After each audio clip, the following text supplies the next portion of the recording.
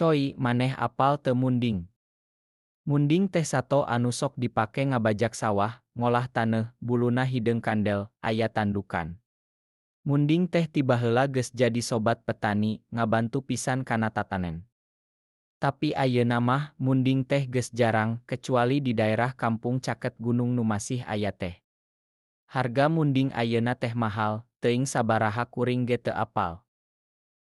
Pokona munding mah sato anu kuat, sabar, jeung boga jasa gede pisan pikeun kahirupan urang di lembur. Tetep reueus kana basa jeung budaya sorangan. Nyunda teh gaya hirup anu ngandung ajen jeung kahadean. Hatur nuhun parantos nongton. Tong hilap like, komen jeung subscribe channel YouTube Kuring Konten Edukatif 9097.